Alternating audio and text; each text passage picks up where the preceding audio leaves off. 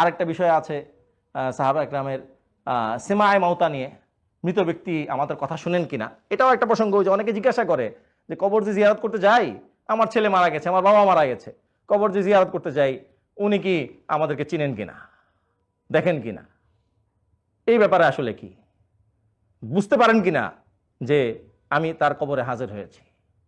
এটা একটা প্রসঙ্গ। এখানে আমাদের কথা হলো সাহাবা একরামের জামানা থেকে দুটা মত এক্ষেত্রে চলে আসতেছে।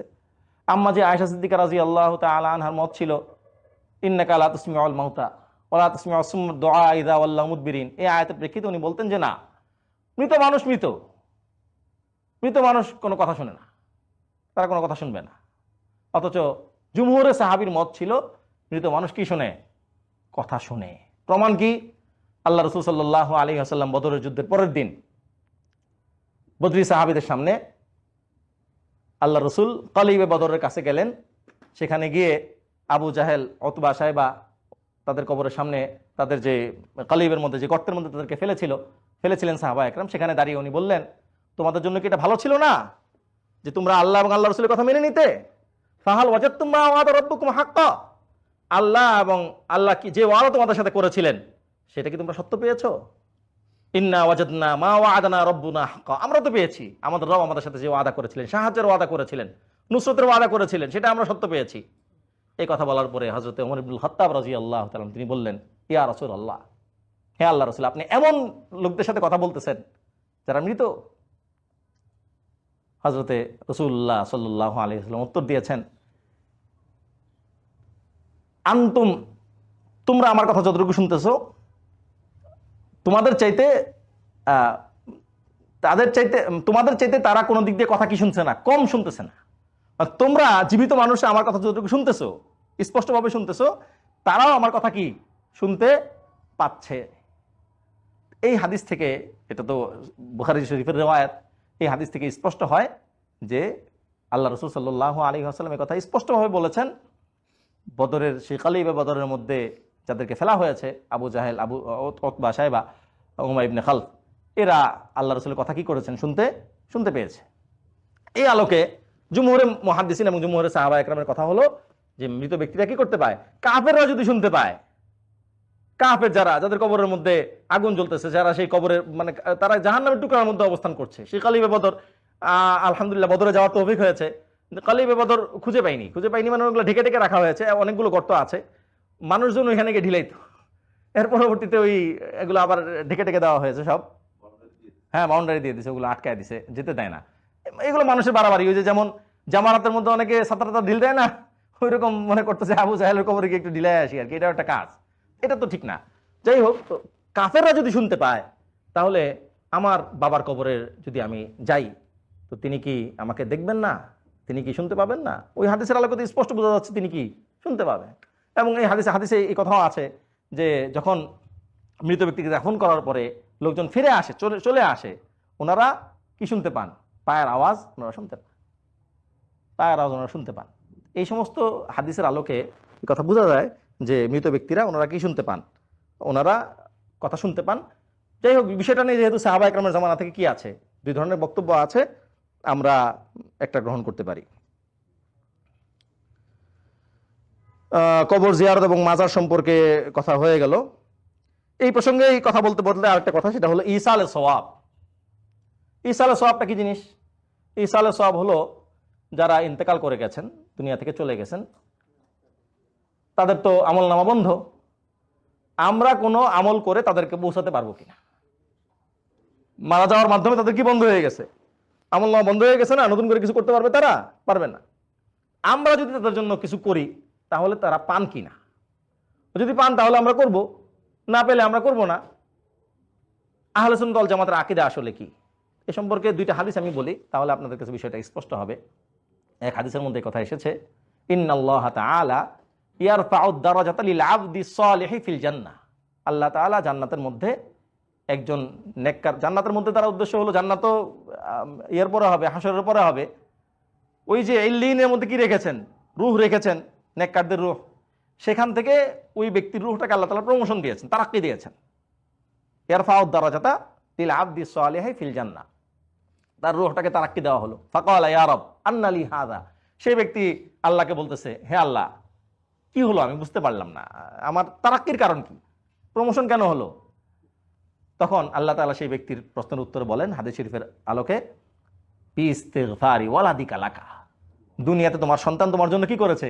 ইস্তেগফার করেছে, মাফ চেয়েছে, আর আমি তো তোমাকে আগে কি করে দিয়েছি? মাফ করে দিয়েছি। তো এই ইস্তেগফারটা কি বেকার যাবে? এই কারণে কি করে দিয়েছেন? দারাজাত।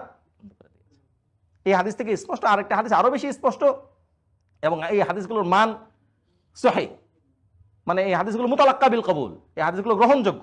এমন হাদিস আমি আপনাদেরকে বলছি না যে হাদিস কিনা গ্রহণযোগ্য নয়। কি হাদিস? মাল মাইয়িত ফি কবরিহি কাল গারিকিল মুতাগাউবিস, একজন মৃত ব্যক্তি কবরের মধ্যে সে ডুবন্ত সাহায্য প্রার্থী মানুষের মতো। ডুবন্ত সাহায্য প্রার্থী মানুষ মানে একজন পানির মধ্যে পড়েছে, একজন কিসে পড়েছে? পানিতে পড়েছে। পানিতে পড়লে মানুষ কি করে? হাত তুলে অন্যদের দৃষ্টি আকর্ষণ করার চেষ্টা করে। এরকম একজন মানুষ কবরের মধ্যে এই অবস্থায় আছে, সে অন্যদের দৃষ্টি আকর্ষণ করার চেষ্টা করছে। ইয়ান্তাজিরু দাওয়াতান তালহাকুহু মিন আবিন আও উম্মিন আও আখিন আও সাদীকিন, সে অপেক্ষায় আছে, দোয়ার অপেক্ষায়। কার পক্ষ থেকে আসবে? মিন আখিন আও আবিন, ভাইয়ের পক্ষ থেকে, বাবার পক্ষ থেকে, মায়ের পক্ষ থেকে, বা বন্ধুর পক্ষ থেকে, সাদীকিন। ফাইদা দাআ লাহু, অতঃপর যখন দুনিয়া থেকে সেই জীবিত মানুষটা কি করে? দোয়া করে। কানা লাহু মিন খাইরিদ দুনিয়া ওয়া মা ফিহা, দুনিয়া এবং দুনিয়ার মধ্যে যা কিছু আছে এর চাইতেও ওই মৃত মানুষটার জন্য এটা অনেক বড় কি হয়? বিষয় হয়। তার মানে পুরো দুনিয়ার মালিক যদি সে হতো, দুনিয়ার মধ্যে যা কিছু আছে এই সব জিনিসের মালিক যদি সে হতো, যতটুকু খুশি হতো, এই দোয়ার কারণে সে এর চাইতেও বেশি কি হয়? খুশি হয়। কেন? আর তার কি দুনিয়ার জিনিস এখন কোনো প্রয়োজন আছে? তার তো জিন্দেগি খতম, সে খুশি হয়। এরপর আল্লাহ রাসূল বুঝাচ্ছেন আমাদেরকে, ফাইন্না ইহদাউল আহিয়া লিল আমওয়াত ইস্তিগফারুন লাহুম, যে তোমরা যারা জীবিত আছো তোমাদের হাদিয়া মৃত ব্যক্তির জন্য, তাদের জন্য ইস্তিগফার করা। জীবিত মানুষদের জন্য যেমন হাদিয়ার বিষয় আছে, আমি আপনাকে কোনো কিছু দিলাম আপনি পাবেন, আপনি কিছু দিলেন আমি পেলাম, এটা যেভাবে সম্ভব, ফাইন্না ইহদাউল আহিয়া লিল আমওয়াত, তোমাদের মধ্যে জীবিত যারা তাদের হাদিয়া লিল আমওয়াত, তাদের জন্য, মৃত ব্যক্তিদের জন্য ইস্তিগফারুন লাহুম, তাদের জন্য কি করা? ইস্তিগফার করা। এই দুইটা হাদিস আমি আপনাদের সামনে পেশ করলাম।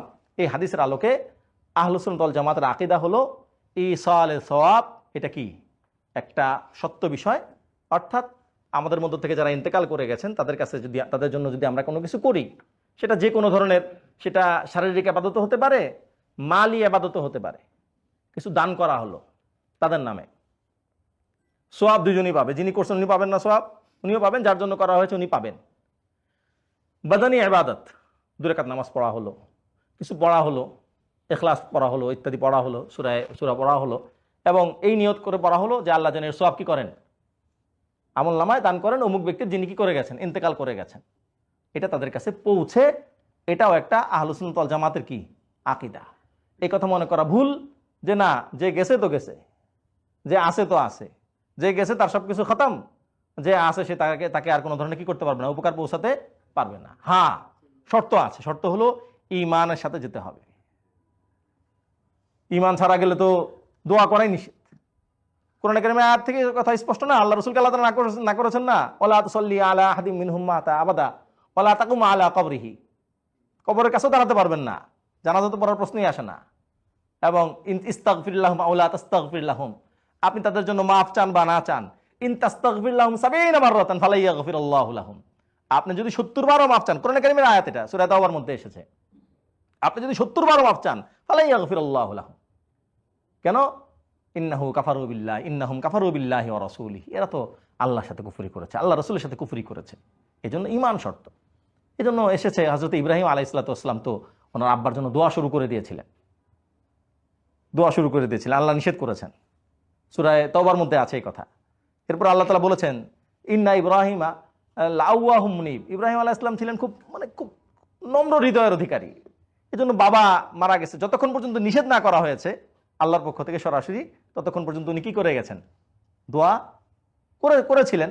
যাই হোক, তো উদ্দেশ্য হলো এই কথা, ইসালে সওয়াবের ক্ষেত্রে সম্পূর্ণরূপে নিষেধ। যদি কেউ কি হয়, কারো মৃত্যু কি অবস্থায় হয়েছে, কুফরির হালতে হয়েছে, বেঈমান অবস্থায় হয়েছে, তার জন্য ইসালে সওয়াবের তো প্রশ্নই আসে না, দোয়া করার প্রশ্ন আসে না, এগুলো জায়েজ হবে না, কোরআনে কারিমের আয়াতের খেলাফ হবে, গুনাহ হবে, মারাত্মক ধরনের গুনাহ হবে, কবিরা গুনাহ হবে।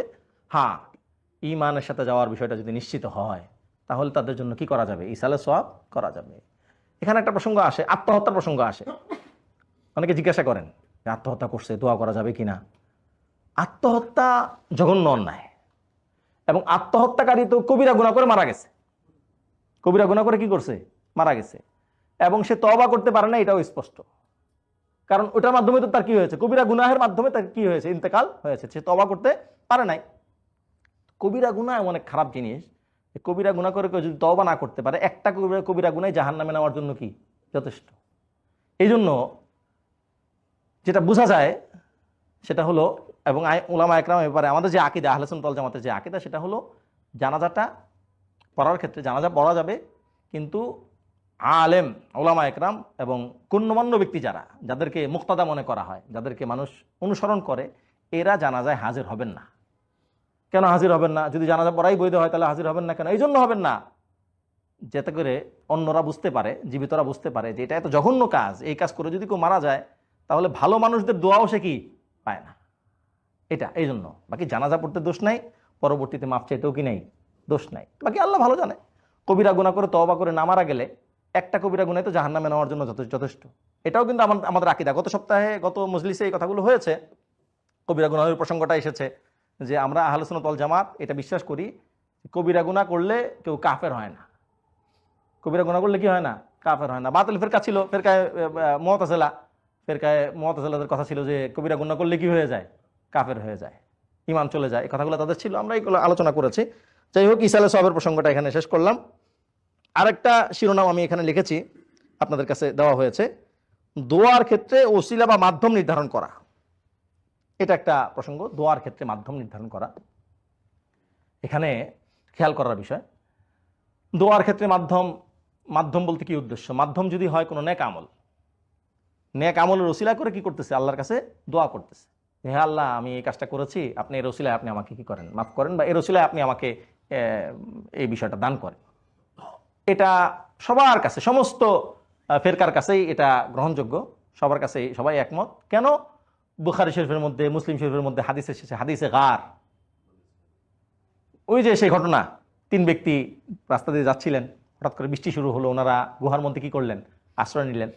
তারপরে গুহার মুখ কি হয়ে গেছে? বন্ধ হয়ে গেছে। ওনারা 3 জন 3টা আমলকে সামনে এনে, সেই 3 আমল তারা আল্লাহর জন্যই করেছিলেন। 3টা আমল কিন্তু কার জন্যই করেছিলেন? আল্লাহর জন্যই করেছিলেন। 3 আমলকে সামনে নিয়ে তারা দোয়া করলেন, এবং সেই দোয়ার মাধ্যমে আল্লাহ তাআলা তাদেরকে কি করেছেন? মুক্ত করেছেন। জানেন না আপনারা সেই ঘটনা? এর আলোকে সবাই এই কথা বলে যে হ্যাঁ, এতে সমস্যা নাই। কিন্তু কোনো মৃত ব্যক্তি যিনি দুনিয়া থেকে চলে গেছেন, নবী রাসূল হোক বা আল্লাহর কোনো নেক বান্দা, কোনো সাহাবী, তাদের ওসিলায় দোয়া চাওয়া, এই ব্যাপারে কথা। কি কথা? কারো কথা হলো যে মৃত ব্যক্তিদের ওসিলায় দোয়া করা জায়েজ নাই, করা যাবে না। হ্যাঁ, জীবিত ব্যক্তিদের ওসিলায় করা যাবে। কেন এই কথা আসলো? এই জন্য এসেছে যে হজরতে ওমর ইবনুল খাত্তাব রাদিয়াল্লাহু তাআলা আনহু, উনি হজরতে আব্বাস রাদিয়াল্লাহু তাআলা আনহুর ওসিলায় কি করেছেন? দোয়া চেয়েছেন জীবদ্দশায়। আব্বাস রাদিয়াল্লাহু তাআলা আল্লাহ রাসূলের চাচা, ভালো মানুষ বলতে উদ্দেশ্য হলো আল্লাহ রসুলের কাছের মানুষ, চাচা। ওনার ওসিলায় উনি কি করেছেন? দোয়া চেয়েছেন।